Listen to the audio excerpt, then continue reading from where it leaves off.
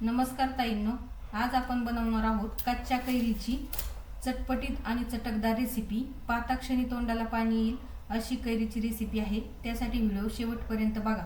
इथे मी घेतलेले आहेत 3 कच्च्या कैऱ्या। त्या स्वच्छ धुवून घ्यायच्या आहेत, त्यांचे बारीक लांब तुकडे करायचे आहेत। ही मसाल्याची कैरी 2 दिवस साधारणपणे टिकते। आपण जेवायला बसतानाही जरी आपल्याला आठवण आली तरी अगदी 5 मिनिटात ही कैरीची रेसिपी तयार होते।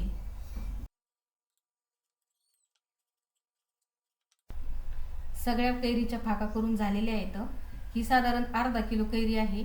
याला आपल्याला एक पोहे खायचा जो चमचा असतो तो चमचा भरून मीठ टाकायचं आहे आणि पाव चमचा हळद टाकायची आहे। हळद आणि मीठ टाकल्यावर दोन्ही एकत्र टाकून सगळं एकजीव करून घ्यायचं आहे।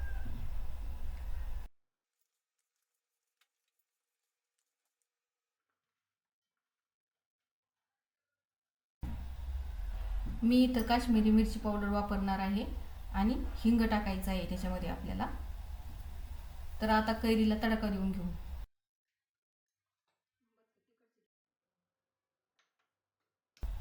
गॅसवर पळीमध्ये आपल्याला तेल गरम करायला ठेवायचं आहे।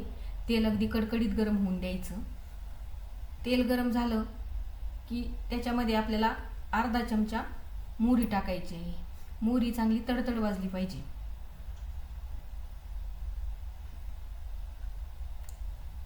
मोहरी तडतडली की गॅस बंद करायचा आणि मग त्याच्यात आपल्याला काश्मीरी मिरची पावडर आणि हिंग टाकून घ्यायचं तेलामध्ये आणि हे तडक्याचं मिश्रण सगळं कैरीवर ओतून घ्यायचं आणि हे पूर्ण कैरीला असं लावून घ्यायचं टाकल्यावर, ज्या प्रकारे आपण हळद आणि मीठ लावलं होतं ना तसंच अगदी। तुम्हाला जर माझी रेसिपी आवडत असतील तर चॅनलला नक्की सबस्क्राईब करा ताईंनो आणि व्हिडिओला लाईक आणि शेअर जरूर करा।